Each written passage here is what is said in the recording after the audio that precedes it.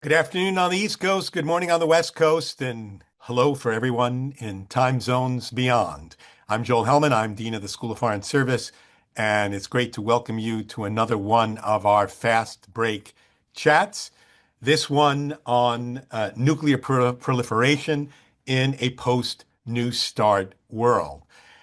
Just a few ground rules before we begin our conversation today.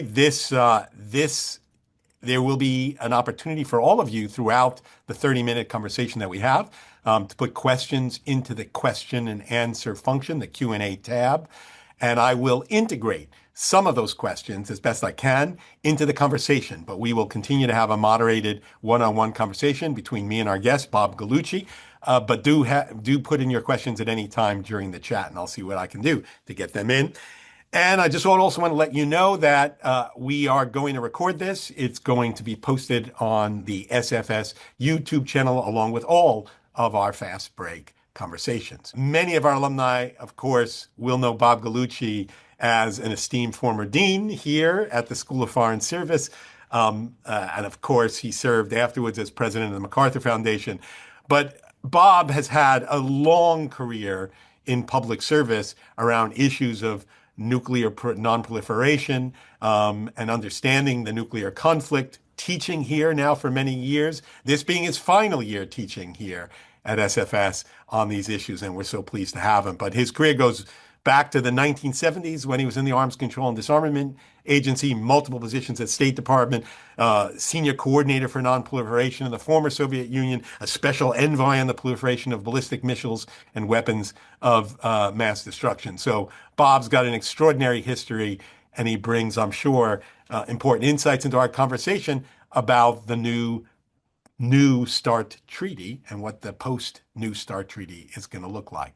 Can you just give us a little background on where the New START Treaty fit into the whole story of nuclear nonproliferation, as before we start to understand what happens afterwards? So let me say a couple of things, Joel, and answer that. First, thanks for doing this. I appreciate the opportunity of engaging with alums. Thank you, alums, for tuning in. So I think the first thing to note here is that this puts the issue of nuclear weapons on the table, that it is a news item, and people are noticing that there is no longer a treaty between us and the Russians. That has not been true for a very long time.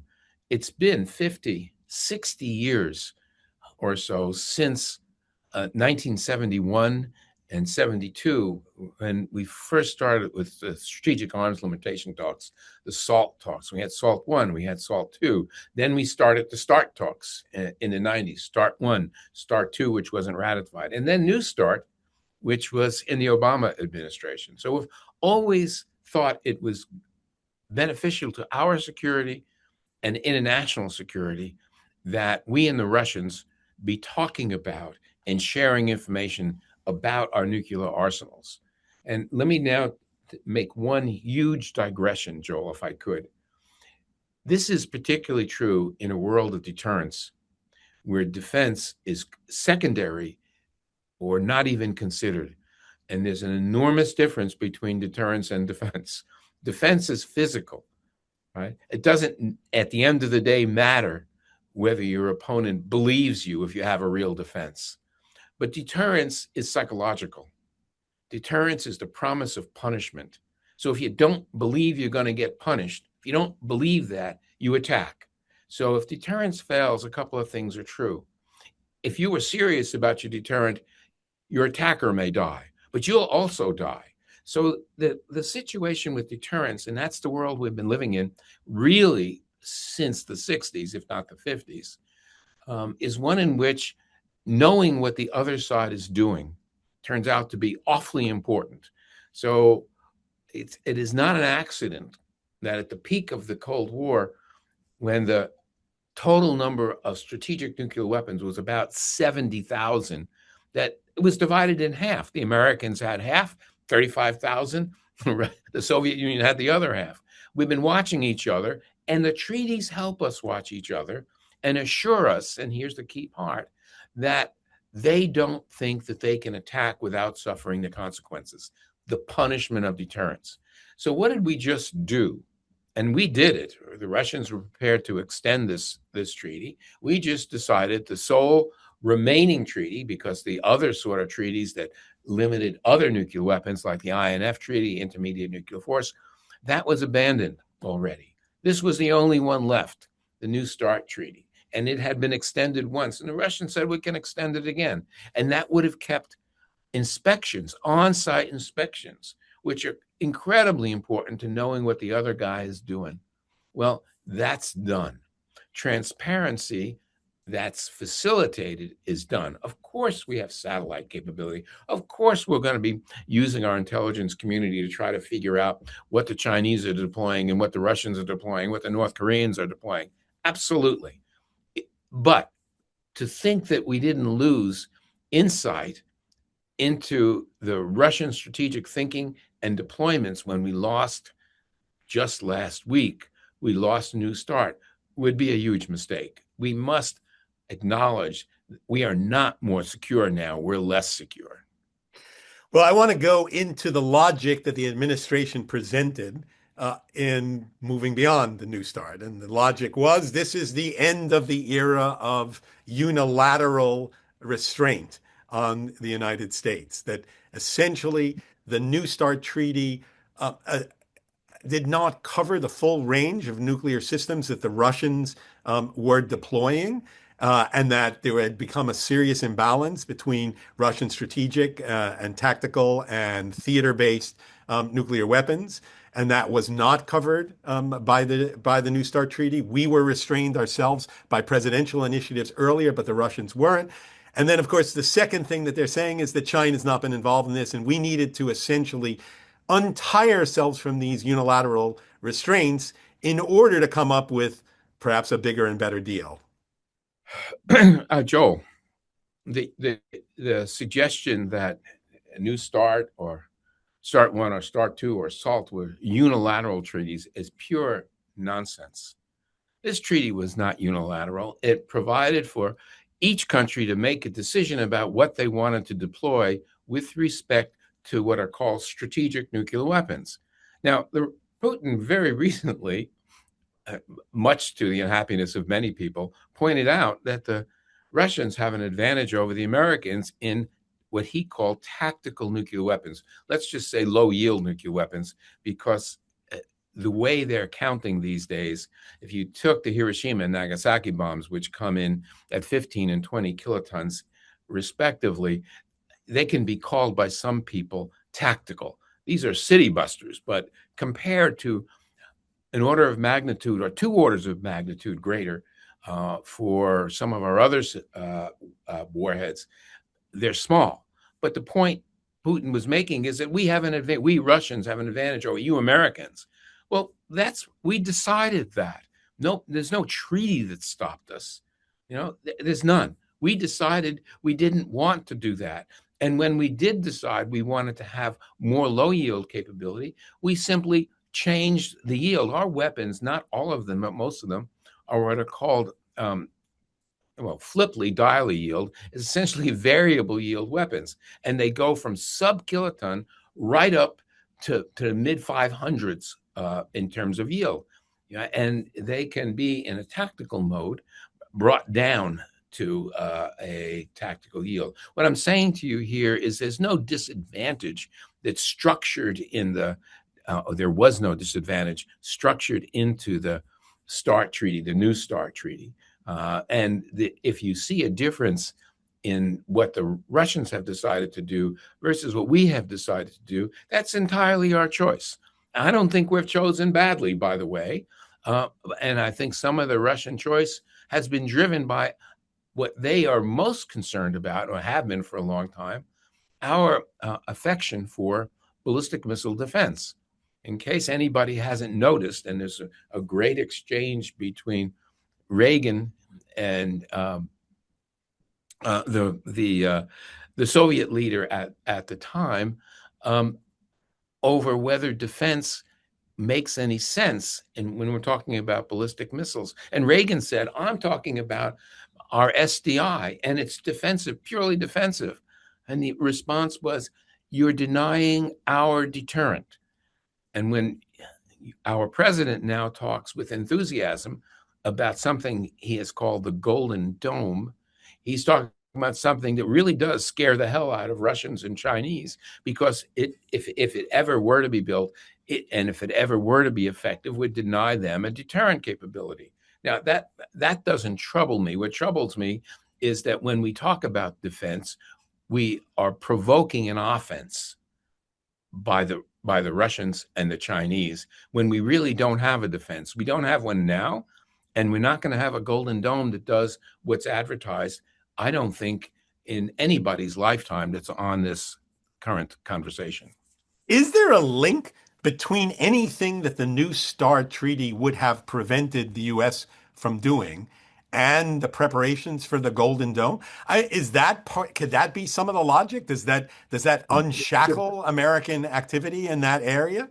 As best we can tell about what Golden Dome means, and there's a lot of mush in here, it means certainly a lot of satellite capability, space-based capability for detecting satellite launch. I mean, just a short course in ballistic missile defense, one does not want to be on the missile catching end of this, which is where we are now. Mid-course intercept, there's no terminal way of shooting down an ICBM giving the reentry speeds. But if you could mid-course intercept, and that's the current plan on our layered defense, then that's okay. But unfortunately, there are all kinds of problems with that. Everybody agrees that if you can attack missiles in the boost phase, there's a nice bright flame. It creates a target. The missile is moving slowly. There's MIRVs have not been deployed. Decoys have not been deployed. And so that if you have a space-based system, that in fact includes not only detectors, but also intercepts, maybe you could deploy a defense. But there are so many maybes there. It's so hard because you'd have to have literally thousands of space-based detectors, because you'd want to be in a low Earth orbit and you'd want to be in a geosynchronous orbit. And this creates lots and lots of problems. So I'm not at all optimistic about Golden Dome, and I'm critical of it because what it does is, as I said, scares our competitors, and that's the Russians and the Chinese principally, not so much the North Koreans, but the Russians and Chinese principally, scares them into more creative offenses. And that's exactly what they've done. The Chinese, to a lesser extent, they're building a lot of classic ICBMs, but the Russians have gone in a direction of systems that don't attack the United States in a parabolic arc. And so they're going to try to escape our defenses, which are not particularly effective. Well, let's talk a little bit about how Russia responds to this and what it means for Russia to lose the constraints that they agreed to with us on New START, right? There are a number of questions about how Russia is going to respond and what this enables Russia to do that they weren't doing before as a result of essentially abandoning this treaty. Does it lead them to new weapon systems? In fact, does it even lead? We have a question: does it lead them to threaten, as they have been, nuclear and tactical use of nuclear weapons in Ukraine? I mean, how does Russia respond to this change? It certainly, I don't know. That's the beginning of the answer, but we now know, because we have 5 or 6 years of watching the Russians reorient their strategic systems. They have introduced an undersea torpedo, which Putin has advertised is not open to being intercepted, to attack coastal cities, of which we have a number, and that torpedo is not going to be open to any kind of intercept that we have. They have fielded a nuclear-powered as well as nuclear-armed cruise missile, so they can attack the United States from almost any vector and can stay aloft for a long time, and also be essentially programmed in a way that a ballistic missile is not. So these are two things, plus the HTGR, the strategic system that is a glide vehicle. It's not an HTGR, that's a reactor. It's the HGVR is a glide vehicle which does not follow a ballistic course, can be launched by a strategic missile, but then will follow its own course and is not open to intercept by anything we have. So these are three systems that the Russians have pursued within the last decade, more like the last 5 years, in order to escape the capability of our ballistic missile defense. And you can expect more of that as we talk about our Golden Dome. Moreover, this will happen in what I think is really the worst outcome as a result of the end of New START, and that is the loss of transparency. Not that our transparency was perfect, but that treaty had a lot in it about on-site inspection, about data exchanges, so we could know what each was doing. And it's very important, since we tend to make our enemies 10 feet tall, it's very important to know what they're actually doing. And one of the things New START did for us was keep us abreast of what was happening in Russia. But we know about what the Chinese are doing through, as we say, national technical means. And we can learn things through our intelligence community. We have all kinds of collection capability, but it's not quite as good as what you get when you have a treaty that permits access to reassure the other side. They don't need to build more offense. I mean, one of the things we want to avoid, two types of instability, Joel. One is called crisis instability, so that in a crisis, is there any incentive to strike first? We don't want that, right? We want everybody to understand we have a secure second strike, and if you strike us, our deterrent will be there to punish you. Right? The second type of stability is arms race stability. We don't want to get into an offensive, defensive arms race of any kind. And we have not been in an arms race. We have been capped at 1,550 deployed countable warheads.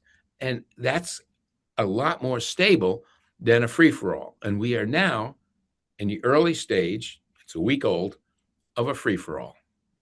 So tell me a little bit about the free-for-all, because in his Geneva address, which actually announced the reasoning and the rationale for this, Tom Donano, the Undersecretary for Arms Control, said, what is the United States going to do without the constraints of New START? He said, we're going to do a complete nuclear modernization. Not quite sure what that means. I'd like to hear from you what that means. He said, we're going to redeploy previously non-deployed nuclear capacity, and that we're going to develop new theater range forces as well as expanding current forces. And he also mentioned nuclear testing. We're going to do some nuclear testing. So America thinks the constraints have been lifted because of New START.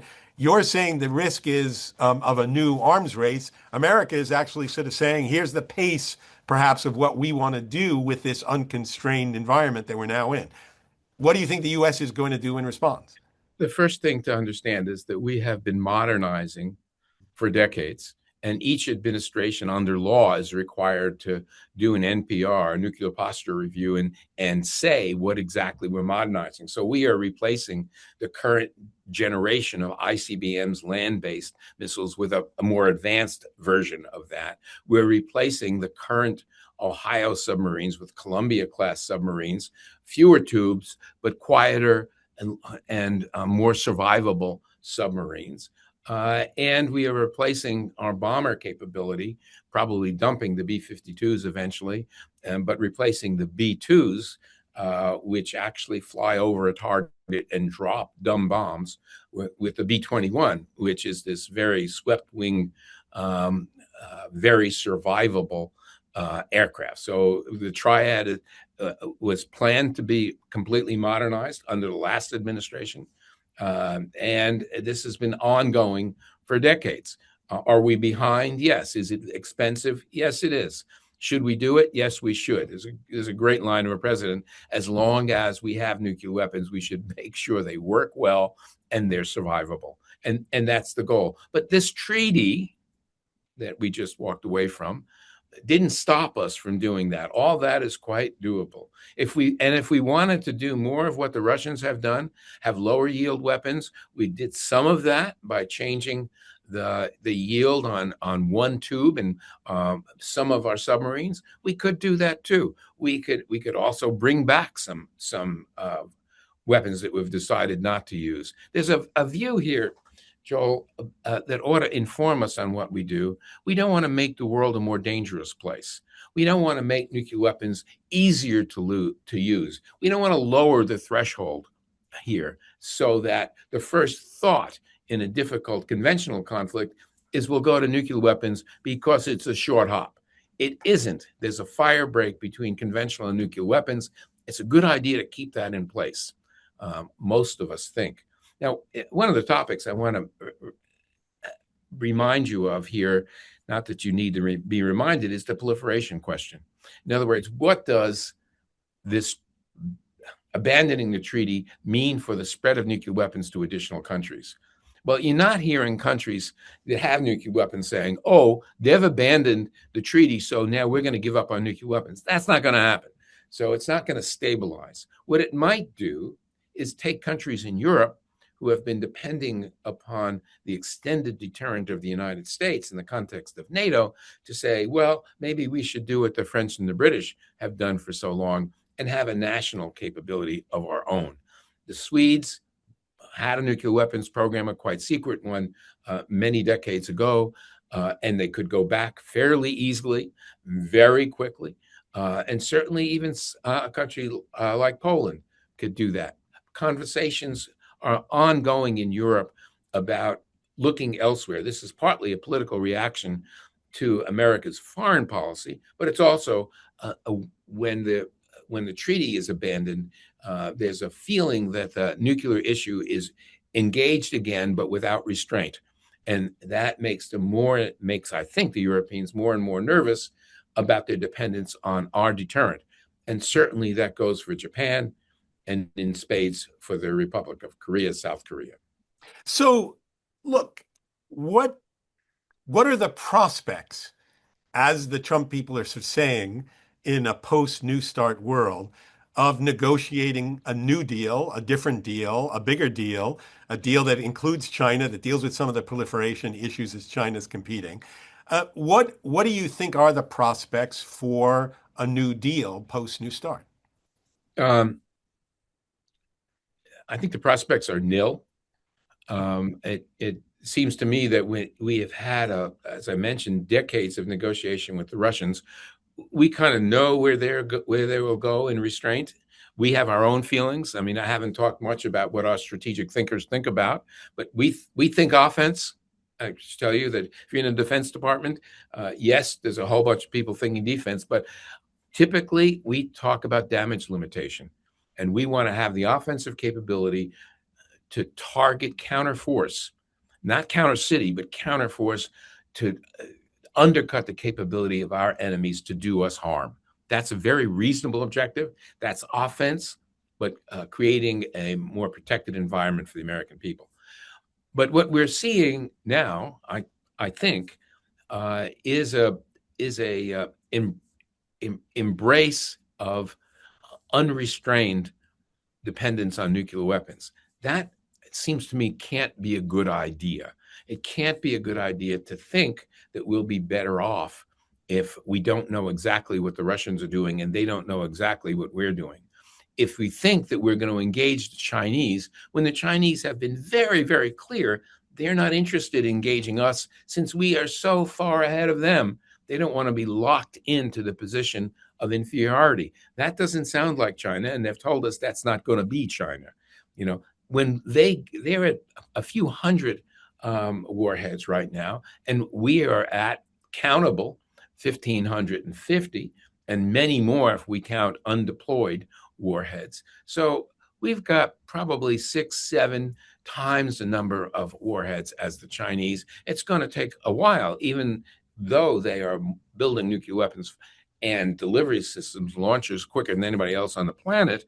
It's still going to take them a while to catch up to the Russians and the Americans. So I don't think we're going to see the Russians at the table to limit their forces anytime soon.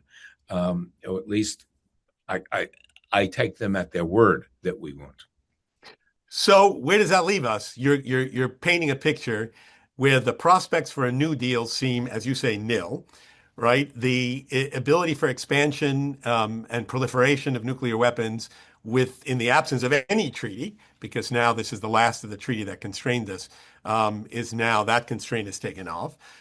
We're seeing sort of proliferation, and we're seeing, as some of the questioners have asked, more explicit threats for using nuclear force in conflicts like we're seeing in Ukraine. What are the prospects? What should we be looking for to try to rein this in? I think the place to start here is what is it we need to worry about most? And for me, the answer to that question is circumstances under which deterrence may fail. Right? It's been said by former Secretary of Defense, you can't deter stupid.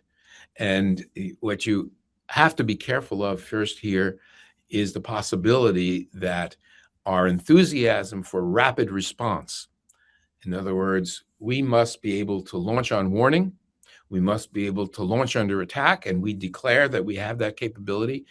But if you really want to have that capability as systems proliferate, you're going to depend more and more heavily on AI. And once you start doing that, and you get that into the decision loop, you could be asking for trouble. I'm not going to go further down that road. Second, sole authority. The idea that one man or one woman can launch without reference to any other human being strategic nuclear war, which would destroy the planet, sounds to many of us absolutely insane. And it's been duplicated in other countries who have done what we do. Everybody has watched spy thrillers, knows about the suitcase and the young officer who carries it around and is always near the president. Well, that is no joke, folks. That is serious business. And there is a way of determining when that suitcase is opened that it is truly the president who's there, and the president communicates with the NMCC, the National Military Command Center in the basement of the Pentagon, which is a very deep basement, and they in turn communicate directly with the commands. And when that happens, the president is capable of launching strategic nuclear war. He has options presented to him these days. It isn't like the old days in the 60s. It isn't all-out nuclear war. He can be selective. But he does that without reference to the chairman of the Joint Chiefs of Staff, who isn't even in the chain of command. And he does it without reference to the Secretary of Defense, who is in the chain of command, but not for the launch of strategic nuclear weapons. To me, this demands addressal by the United States Congress sooner rather than later. And it does not have to do with this president. I would say it about any president, that it should not be one person who destroys the future of the planet makes that decision. Well, the last thing I'll ask about that very sobering assessment is, you mentioned Congress. This is something, I believe, that's not done at the treaty level. It's done at the domestic level. What are the steps to take to change that? Well, the Congress can do this by passing a law that describes and can intervene in this. The chain of command is an executive branch authority, but if the Congress wants to change this, it can do it. Whether there's any enthusiasm for it and whether they want to get into that, I mean, it's not as pressing, Joel, as healthcare in a lot of ways, and a lot of domestic issues, and even foreign issues. This is a kind of separate issue that we don't want to connect with any particular president. We want to connect it to the idea of sole authority, not to the capability or knowledge of one president. We want to say that's not the way we want this done. And I believe the Senate can do this if it decided, the Senate plus the House, to pass a law on the use of nuclear weapons. The current arrangement, sole authority, goes back to Truman, who very soon after the second detonation over Nagasaki understood about nuclear weapons, and those were relatively small. Nagasaki was 20,000 tons of TNT equivalent. Our median weapon in our arsenal is around 400 kiloton, right? that is order of magnitude times two greater. So we might want to reconsider this as a legislative matter for the way we go about approaching the release of nuclear weapons. And this is entirely in a circumstance in which it's not retaliation. Sure. If it's Well, that look. retaliation, not we are talking about something entirely different. Well, that opens, at least leaves us with an opening of something that can be done, which is encourage legislators to think about legislation that might ultimately shift some of the security issues and deterrence issues that are impacting our nuclear competition. But look, thanks so much, Bob. We covered a lot of ground in 30 minutes in a very, very important topic that is rightly back in the headlines, not rightly back because probably the decisions were taken with a lot of forethought and wisdom, but they're rightly back on the table because we need to be understanding deeply what the implications of these actions are. And I think you gave us a great opportunity to understand them better. Thanks to you, and thanks to all the SFS alumni from around the world who are tuning in. Let me remind you that this is recorded and be on our YouTube channel along with all of other fast breaks. Thank you, Bob Gallucci, for your time and for your engagement. And thank you. We look forward to seeing you again in another episode, which keeps coming fast and furious, given what's going on in the global order today. Thanks very much, everyone. Take care.